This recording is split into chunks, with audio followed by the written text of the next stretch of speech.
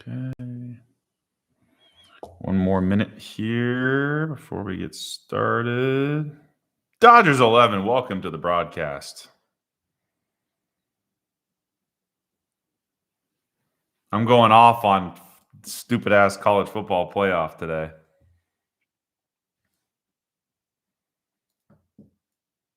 Did you see the rankings?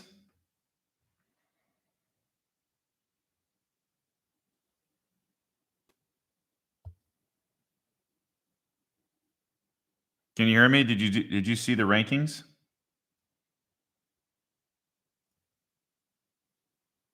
Dude, Michigan State got screwed. All right, we'll start in one minute. Just 1 minute here. Give ourselves a chance to get some people in. Thank you for joining me.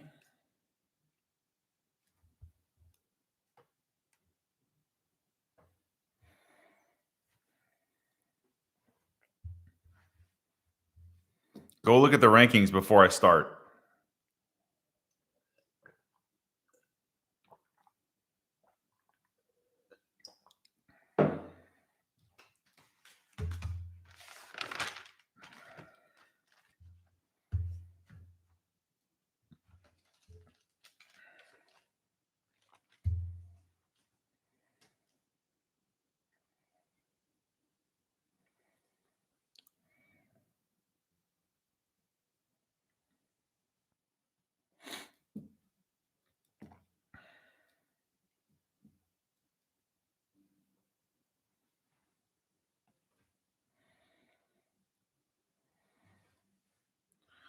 Welcome to the show. Stone Sports, what's going on? Thank you for being here. Starting in a little under a minute here. We'll get going.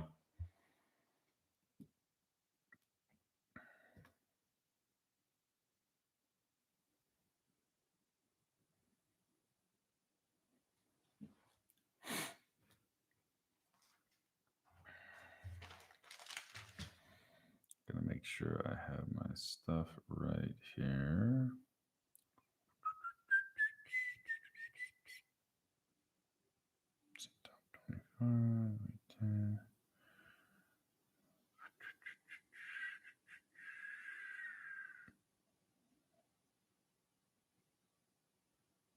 Yeah, okay, that's what I thought. Okay, let us begin the show here. Show's right after yours. Yeah, for sure. I appreciate that. Thanks for being here, man. Good luck with your show as well. I might jump in there and say hello. But thank you for joining me. Appreciate it. This is the Too Tall Sports Show with your host, Brett Lauren. Nice to have you in tonight. Lots of stuff to cover, lots of stuff going on. And I'll drop my plugs real quick. As always, you can follow me at Too Tall Sports Podcast. That's on Instagram. On Twitter, it's at Too Tall Sports. I do a podcast that drops every Thursday. So look out for the episode this week. I have a former UCLA basketball player, Travis Reed. He was part of that Matt Barnes, Baron Davis era, if you remember those early 2000s Bruins teams for college basketball. So we got that this Thursday. It's a fun episode. He played overseas for a while, so we talk a lot about that over there. But let me give you the rundown for tonight. I'll see if I can hit it all. Yeah, definitely a throwback for sure. And I'll get to actually because college basketball starting this week, and start today. So I gotta kind of figured it would be a good week to have him on. But drop all your questions in the chat. Thank you for coming on here, and I'll answer any questions that are. And if they're not related, I'll still get to them if I can. But if you have any sports takes or opinions or stuff you want me to give my opinion on, drop them in the chat. Be happy to talk about it.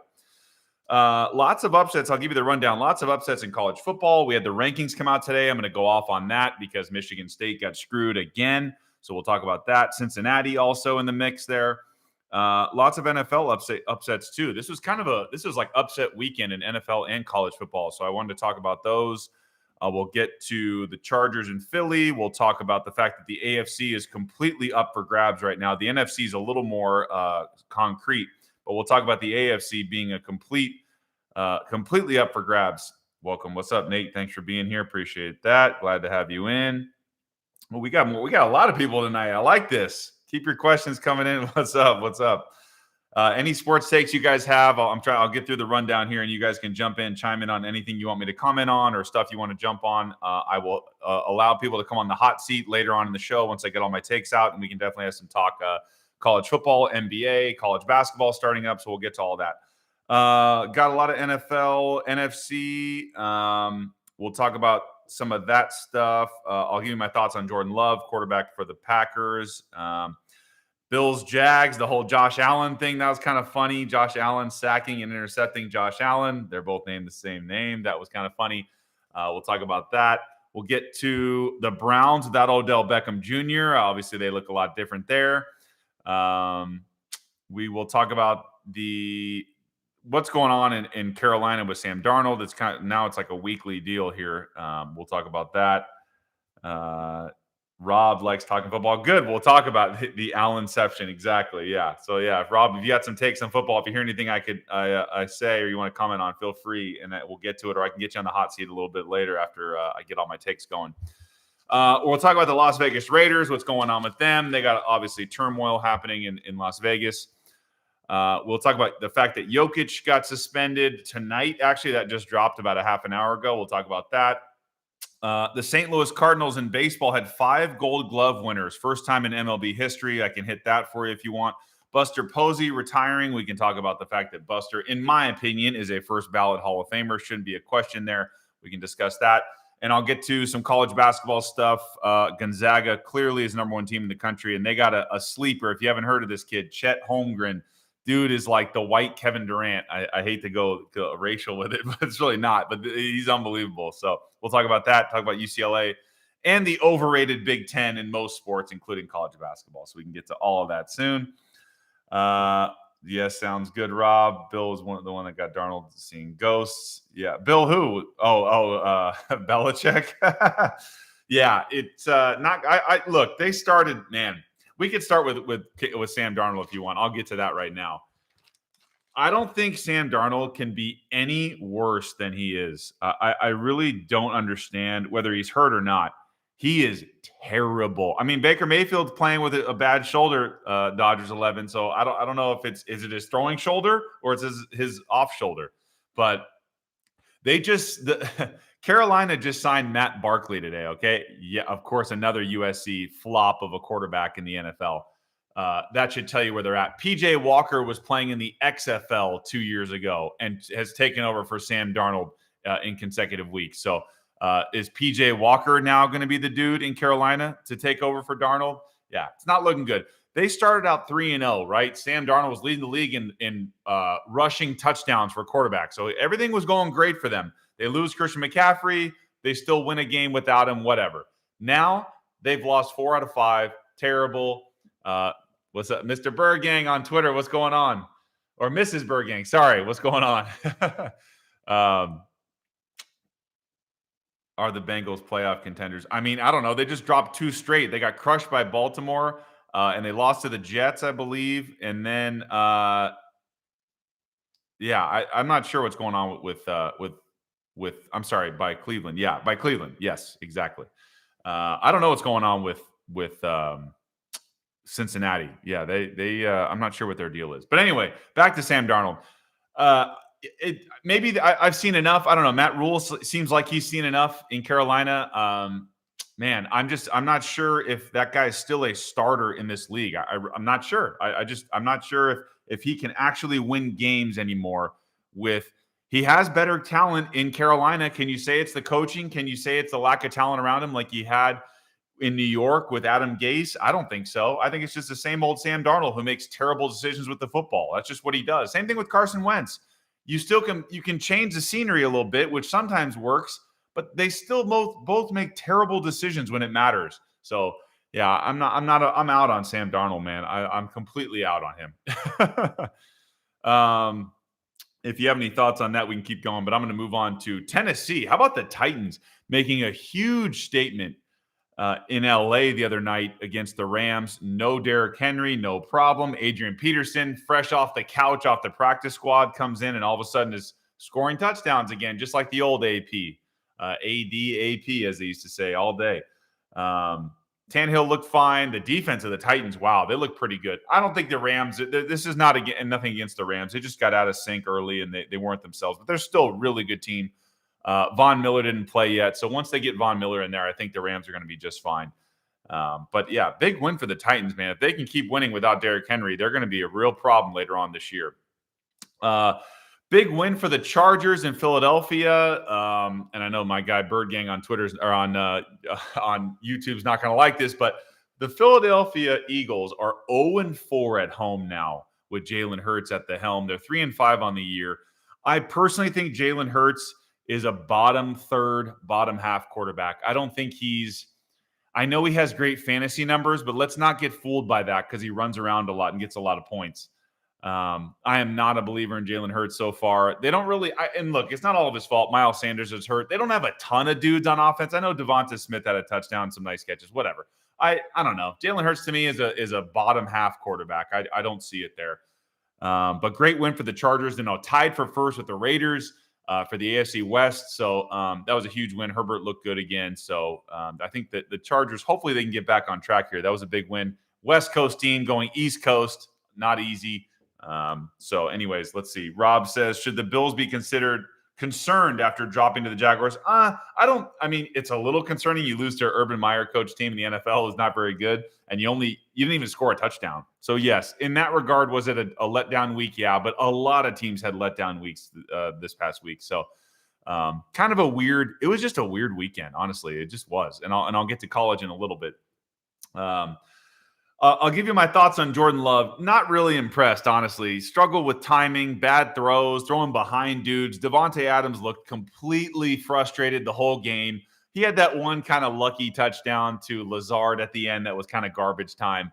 And the dude missed the tackle, Sorensen, I think it was, for the Chiefs. So not really impressed with Jordan Love so far. I haven't seen, when you watch Justin Fields or you watch Burrow or you watch, Jordan Love's been in the league for over a year and a half now. So it's not like he's Trevor Lawrence that's getting his first start, or he's, Zach Wilson even. This dude's been in the league for a little while, and he had first-team reps all summer when Rodgers had his little protest or whatever. So, and the Chiefs have a terrible defense, so I would say not that impressive showing by Jordan Love. I know it's his first start. I know it's super loud at Arrowhead, so I understand it's tough environment to play in, but I didn't see much from Jordan Love that I was like, wow, that guy's really got it. No, I didn't see it. So kind of disappointed in him. But Rodgers will hopefully come back this weekend. Big matchup with Seattle because you get Russell Wilson coming back for them, who is notoriously a quick healer. So he's back. Should be a fun game. Fun game with Rodgers and Wilson are both playing, which it looks like they will be. Let's see. Rob says, do you believe that Daniel Jones is a franchise QB moving forward? I'm going to go with, that is a really tough question. I don't want to judge too quickly, but so far I haven't seen the wow from him either. He's kind of like a Tua for me, right? Another guy he's in the franchise quarterback position, but is he really a franchise quarterback? I don't think so. I don't think Tua is. And if you had to have my honest opinion right now, what I've seen, I don't think Daniel Jones is a franchise quarterback either. Let me know what you think in the chat there. Want to say hello to all my people on YouTube just real quick. Thank you guys for joining me. I wanted to say hello. If you guys want to drop any chats or anything like that on my YouTube Live, I'm simultaneously simulcasting on YouTube Live and Colorcast right now. So glad to have some more people in here. I thought it was funny in the Arizona Cardinal game where they stomped the San Francisco 49ers with Colt McCoy, who looked pretty damn good in that game.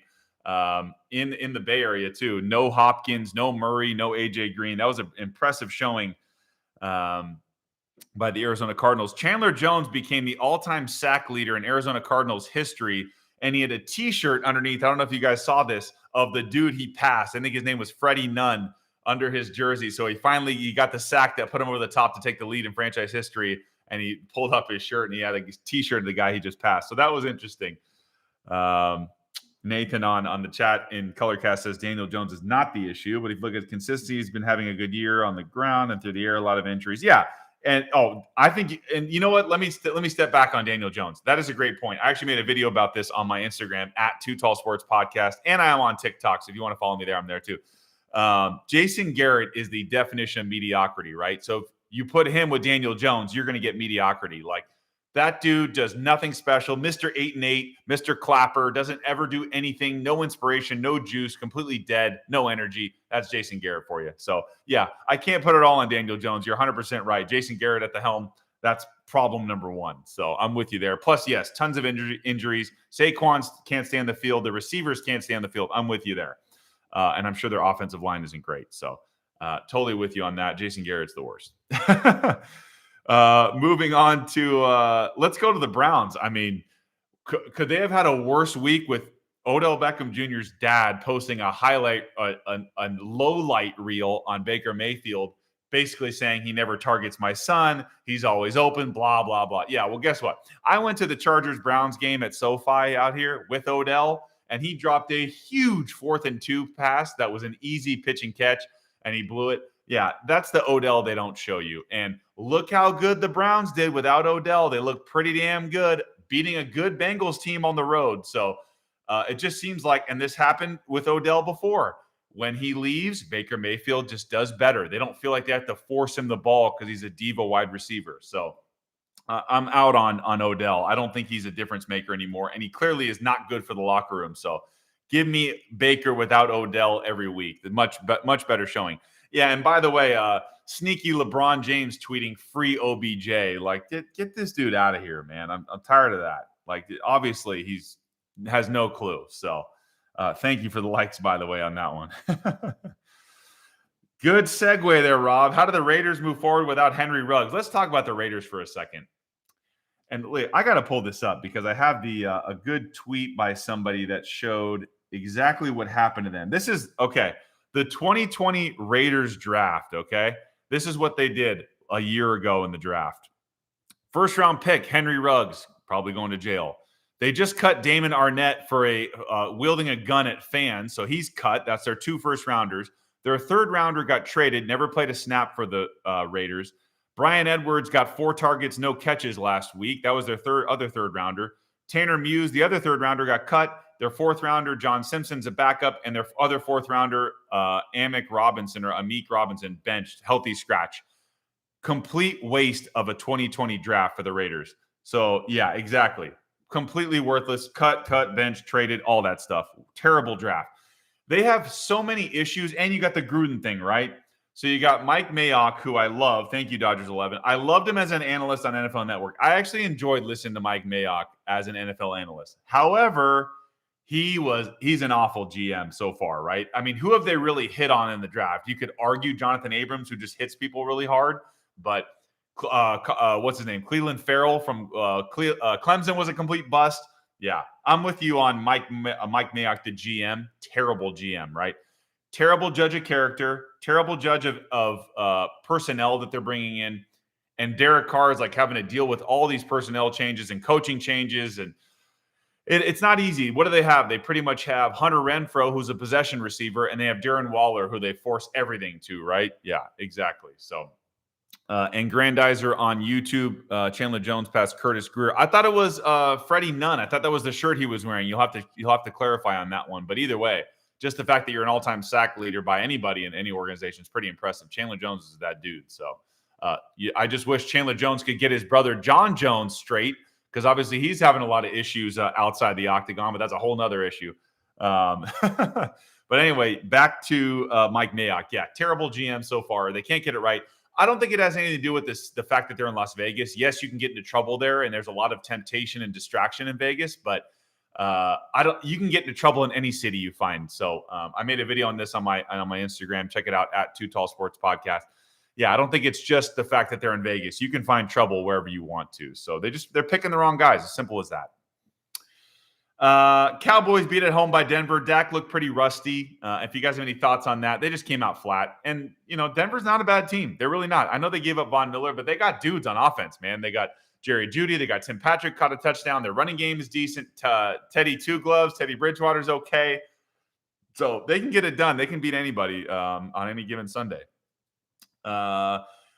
If you watching the Minnesota Vikings is so frustrating. They're 2-5 in one-score games. How is this possible? Dodgers 11. Tell me how it's possible the Vikings are 2-5 in one-score games when they have all that talent on offense that they do. They got Cousins, who's an average quarterback, but they got Justin Jefferson. They got Thielen. They got Dalvin Cook. They got all kinds of dudes. Conklin's a decent tight end.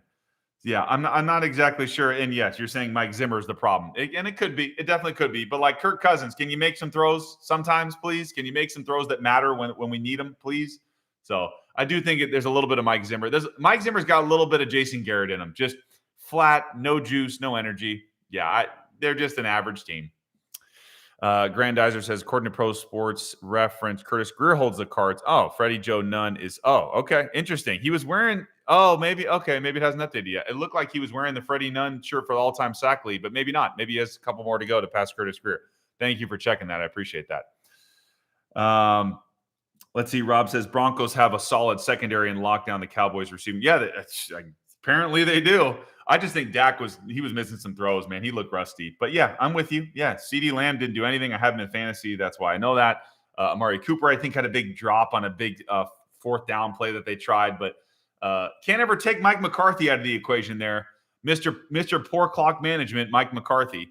I don't think he's a blameless in this either. So, but anyway, I'll move on a little bit. Let me get some college football in there real quick. The final college football rankings just dropped tonight. Let me read these rankings. If you guys haven't seen this, whoever's paying attention to college football, you got Georgia at number 1, obviously. Then you got Alabama 2, Oregon 3, Ohio State 4, Cincinnati 9-0 at number 5, which is fine. I do think the problem is the committee opened Pandora's box by letting Cincinnati be number 2 earlier, and then they got bounced out, and they're still undefeated because they want Alabama, they want Oregon, they want Ohio State to get the whole country in there. The problem I have is Michigan is ahead of Michigan State, and the committee chair, Gary Barta, says, quote, "We believe Michigan is a more complete team than Michigan State." How is that possible when they just played each other this past weekend and Michigan State beat Michigan this past weekend and Michigan still ranked ahead of them? They have the same record. Who is Michigan beaten? Does Michigan have any signature wins? Michigan State just beat them. I don't understand this. And you got, of course, Oklahoma, Notre Dame in the top 10 because, the committee loves to put Notre Dame in there. The underachieving 8-1 Notre Dame. Cincinnati beat Notre Dame in South Bend. Give Cincinnati some more respect. Put some respect on their name. Oh, Wisconsin, that's a signature win. Don't give you that. Anonymous says, would love to see Cincy get beat by 40 against Georgia. Yeah, I'm rooting for Georgia to win the whole thing because I think they had the legitimate shot to win it all. I would love to see Georgia beat Alabama and beat Ohio State in the final four. I would love to see that. This is Georgia's time. And correct me if I'm wrong. I think I heard this. I don't think Georgia has given up more than 14 points all year. That's how good Georgia's defense is. And they have a backup quarterback right now who barely even has to throw because their run game is unbelievable. I like Georgia to beat just about everybody this year, and I hope they play Alabama so they can prove them wrong. SEC championship, get Alabama out of the top 4, or if they do lose, they get their revenge in the Final Four college football playoff. But anyways, if you guys have thoughts on that, we can talk about that. I just hate that Michigan is somehow ahead of Michigan State. I think it's just because the fan base and the loyalty of the committee. It doesn't make any sense at all. Clearly, they have all the control, and they're not looking at what just happened last weekend with Michigan State. So it sucks. There's nothing they can do about that. So I'm sure Michigan will lose another game at some point, but it would be nice to see Michigan State get some respect. I know they just lost a bad game to Purdue, who's upset people before. It's not like Purdue's terrible. They have a couple upsets, so they've done it twice this year. So it's not like it's the worst loss in the world, but I guess committee didn't like that they lost to Purdue. What else do I want to get to? OSU lost. Yeah, exactly. Oregon State. I'm sorry. Ohio State lost early to Oregon. Exactly. So, but the committee loves Ohio State because they know they draw big in the fan base. This is all about money and ratings. So I think that's fair to say. Let's see. Rob says, switching to basketball once you're done. We'll talk about Ben Simmons. Yeah, we can talk about Ben Simmons. We've discussed that a couple times on this show, but I'll definitely get to some Ben Simmons stuff. I'll get there a little bit later. Let me move on to some NBA. Oh, I know I'll stay on later. I don't need to stop at 8. But Let's see. Do a top 10 college prospect according, but I don't have all those yet, man. There's a lot of unknowns, man. This is a weak quarterback class. Grandizer on YouTube. This is a really weak quarterback class. So I don't even know. I got to wait till Todd McShay and Mel Kiper Jr. give me their top 10s, and then I'll do my Mel Kiper Jr. impression when he comes out with that stuff. So I don't have all the college football prospects yet. I did want to do a little bit of NBA. If you guys saw Nikola Jokic got into it with Markieff Morris last night, he basically gave him a cheap shot after Markieff bumped him first, which was clear and obvious that this is what the Morris twins do. The fact that they're still in the league is a joke. They're just fake tough guys. They just try to beat up on people, and it's all BS until Jokic retaliated and pushed him, and he snapped his neck back. But I was like, dude, who cares? I'm good with that. Like, I love that Jokic retaliated. You don't get to push. He's goddamn MVP. You don't get to push him around. He's not soft. Plus, his brothers were there that look like they're in the mafia from Serbia, so that could have been fun. And of course, Jimmy Butler was chatting. Now, I don't think Jimmy Butler's a fake tough guy. I think Jimmy Butler is a real tough guy. However, everybody's so loud when they're far removed from the scuffle, right? Everyone's gets to bark a lot when they're removed. So, Jimmy Butler is about that action. He is, like I said, not a fake tough guy. I think he's the real deal. But people do get louder as the scuffle starts to dissipate a little bit and you get behind all your security and your team. I know Udonis Haslem, he's always down to throw down. He's ready to go. So you can't count him out either as dudes that want that smoke. Exactly. That's what I'm saying. Jokic was right there. And if you watch the replay of the video, Jimmy Butler was breaking it up and did not go at Jokic right away. He was breaking things up. And then after the fact, he started barking a little bit. So I do like Jimmy Butler. I don't want to push him down too much, but like, come on, Jimmy. Like, he was doing a lot of talking and after everything happened. So Haslam is ready to go at 3 a.m. if you want that smoke. He's ready. So I thought that was interesting. Let's see. I'll get to Ben Simmons if you want real quick. I did it last week. I'll say it again. I still think, well, there's that rumor about the Celtics with Jaylen Brown for Simmons. If I'm Philly, I'm doing that deal yesterday. I would love to have Jaylen Brown on my team over Ben Simmons, who seems like he's all about the right things. I totally get it. Thank you, Stone Sports. Appreciate it. My answer to your question is either Portland or Philly. Portland or Boston for Ben Simmons. I don't think it's good for Boston, but I think it's good for Philly if they got Jaylen Brown. So I would like to see him go there. I still think the move with Philly, I don't know why they haven't. I mean, I know they've rejected a couple trades, but I still think Portland, man, if the Philly can get Dame in Philly, man, they got to do it. So I think the Sixers should go after Dame Lillard and trade him for Ben Simmons, because clearly the Lillard and McCollum experiment is not working. How many years of this we're going to watch this movie? So I don't think it works. I saw it, Rob. That's what I saw yesterday was Jaylen Brown for Jason Tatum. I'm sorry, Jaylen Brown. I got a lot of names mixed up. Jaylen Brown for Ben Simmons. I think that is what, if I'm if you're the Celtics too, right? It's kind of Jaylen Brown and Jason Tatum are the same. They have the same skill set. It's kind of like Dame and CJ McCollum. You need offsetting abilities here. It seems like they're both the same. So I don't know. Maybe if I'm Boston, I work with Portland on a swap. I think that makes sense for both. I think if you get Tatum with either Lillard or Tatum and McCollum, and you get Jaylen Brown out there to Portland somehow, I think there may be a 3-team deal to get all these similar pieces on different teams. So I would say Boston and Philly should work something out there.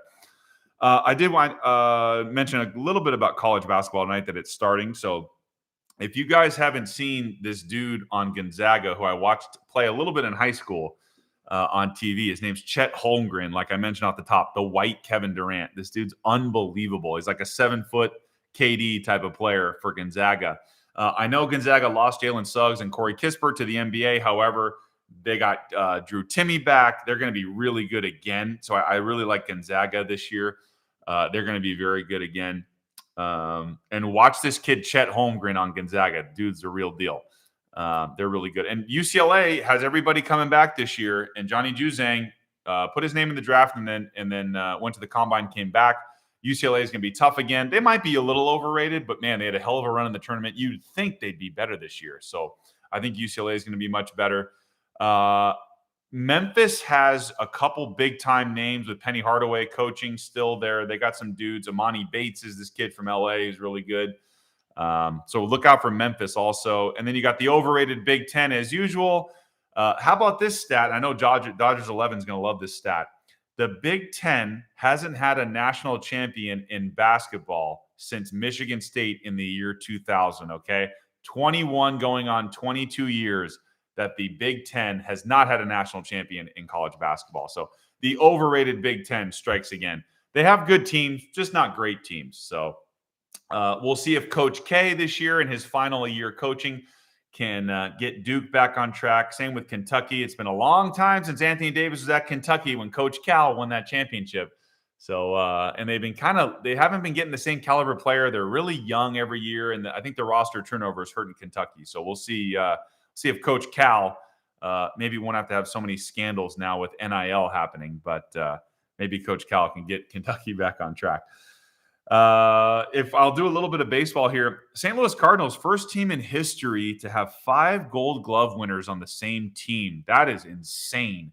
That organization, by the way, the Cardinals, also has 24 more Gold Gloves than any other organization in the history of baseball. That is impressive. They know how to teach defense, or at least draft the right guys on defense. So props to the Cardinals for that.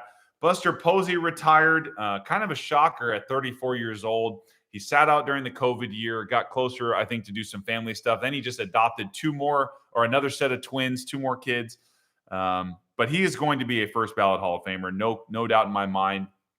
Partially responsible for 3 World Series, one of the best defensive catchers we've seen, one of the best pitch framers we've seen in baseball. No doubt about Buster Posey being a Hall of Famer. I can look up his numbers. I have a picture of it real quick. I just want to see what I had on Buster.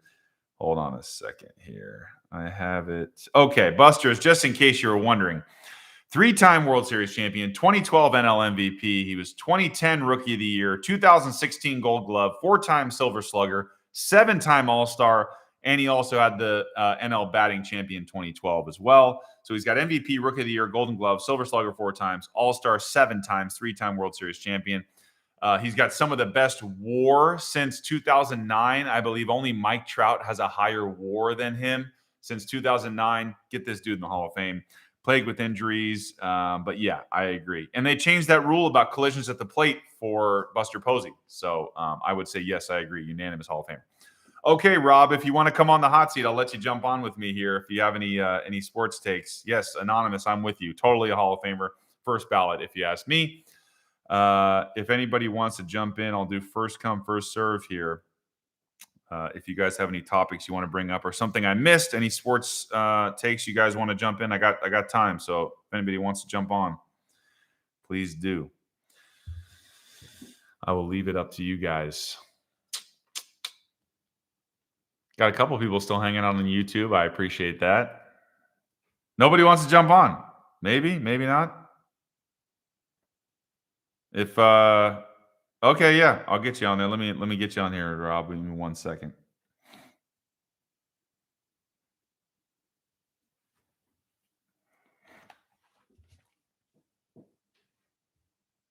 Thank you for the likes. I appreciate it.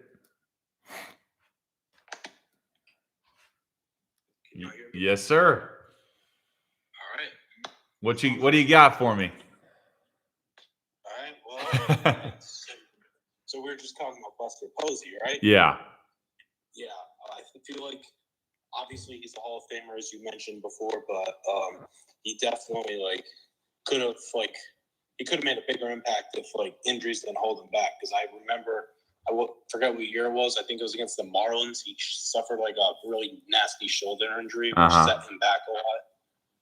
Yeah, I feel like that impacted his career. But with 3 World Series titles on his belt, I think that makes him a unanimous Hall of Famer, in my opinion. Yeah, I agree with you. The thing that they try to bring him down on is he only has 1,500 hits. But for a catcher, I still think there's only a few catchers that have 1,500 hits and have over 1,000 games caught and an OPS of whatever the number is. So yeah, I think people always try to bring these guys down, but it's could you have a better example of a pro catcher in the league outside of Yadier Molina in the last 10 years? Exactly. Yeah, 2 veteran catchers in the game. Yeah. I agree with you. Definitely both of them are Hall of Famers. Yeah, Yadier Molina for sure. putting one over the other. They definitely both achieved a lot, and they both have at least one World Series title under their belt. Yeah, in their respective careers. Yeah, definitely. You got some NBA talk for me? NBA talk?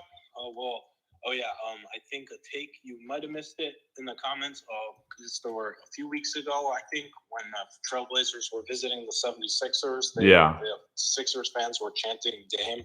Yeah, they were. And that kind of hinted at Damian Lillard signing with the Sixers. So do you think it's going to happen, or anyone in the comments think that this could possibly happen in the future? Man, I think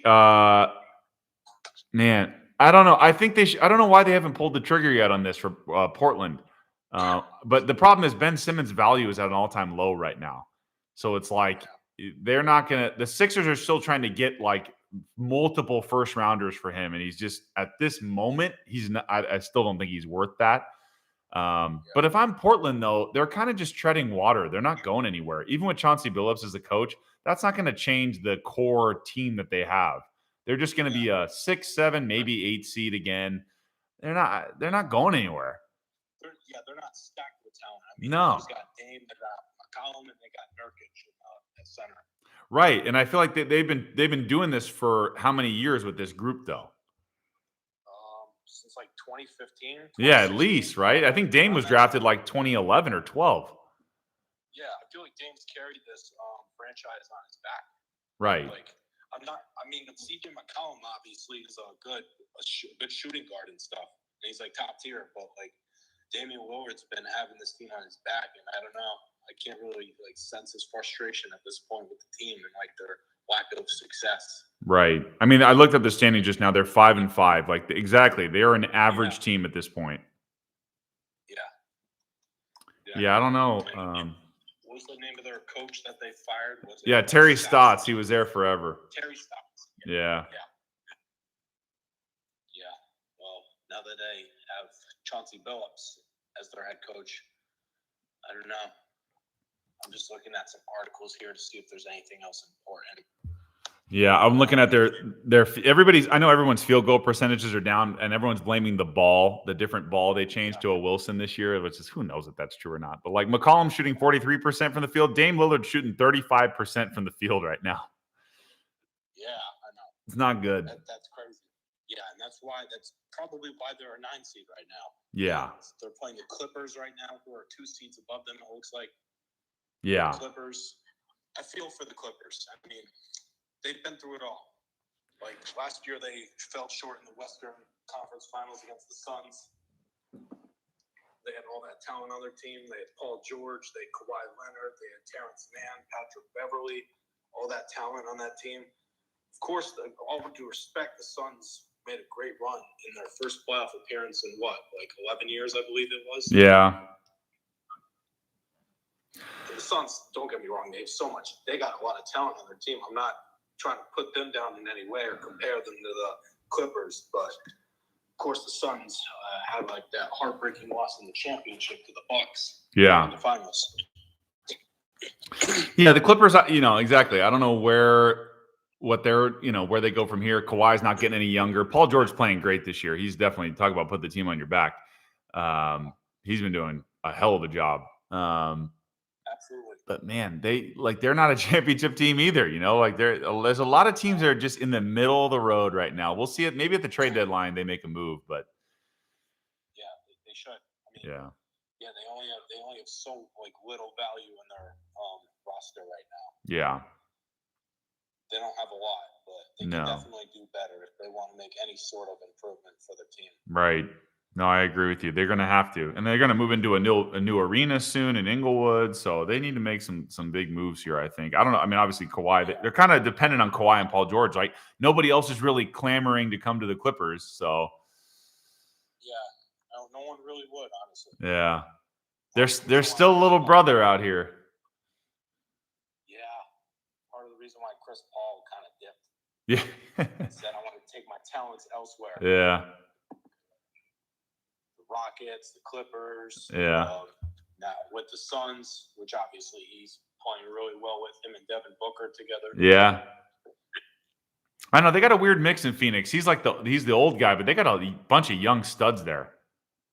Yeah, they got DeAndre Ayton. Yeah, they got to figure out his contract. Well, then first of all, they got the issue with the Sarver, the owner, too.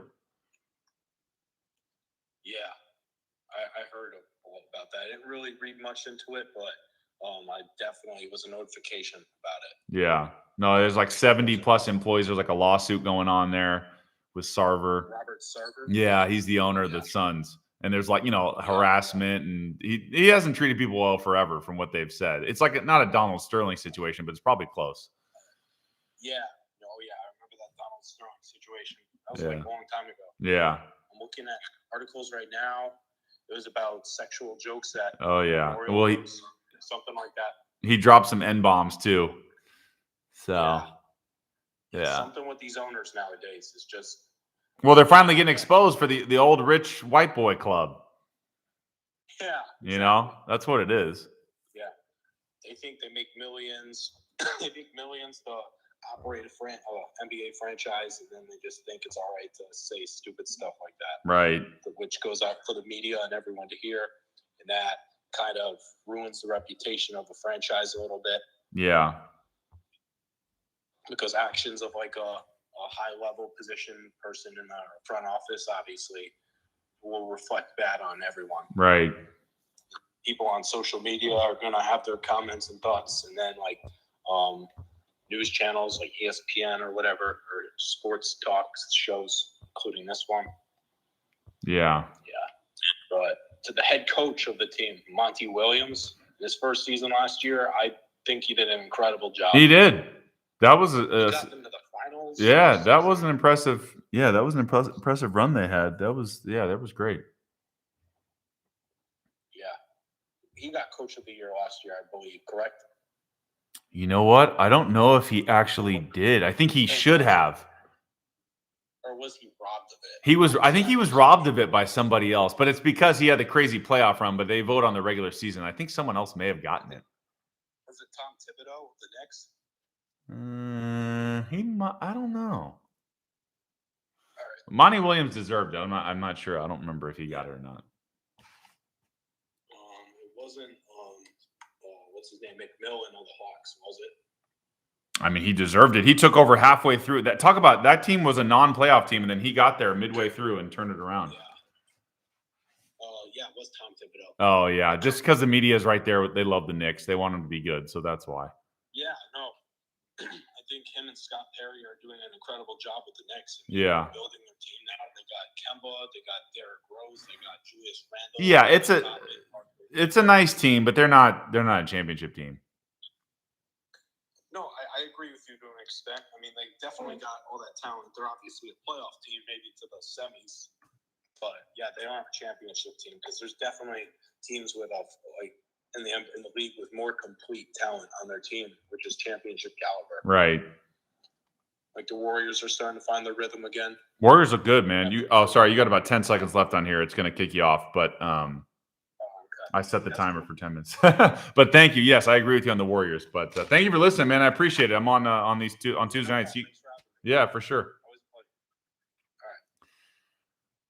I think his time just ran out. Okay, so anyways, thank you guys for all jumping on. My thanks to Rob for jumping on with me as well. If you guys want to follow me, I'll drop my stuff in here at Too Tall Sports Podcast on Instagram. I do a lot of stuff there. If you want to follow me on Twitter, it's at Too Tall Sports. Check me out there. Thank you guys all for listening and participating. Thank you, Nate, as always. Thanks for listening, man. Appreciate that. Always good to see you on there. And I will talk to you guys soon. I'll be on the show next week. As far as ColorCast goes, it might be. I'm not sure if it's my last one, but we're doing a 10 weeks here. So if I continue, I would love to. We'll have to figure that out. But this next week could be the last one. I'll see what they say. But anyways, appreciate you guys as always, and my thanks to my YouTube fans out there. Appreciate you guys, Grandizer, Miss Berg Gang, all that stuff. Thanks, guys. And I'll see you next week for another show, Tuesday, 7:30 Pacific, Too Tall Sports Podcast. Talk to you guys soon. Thanks.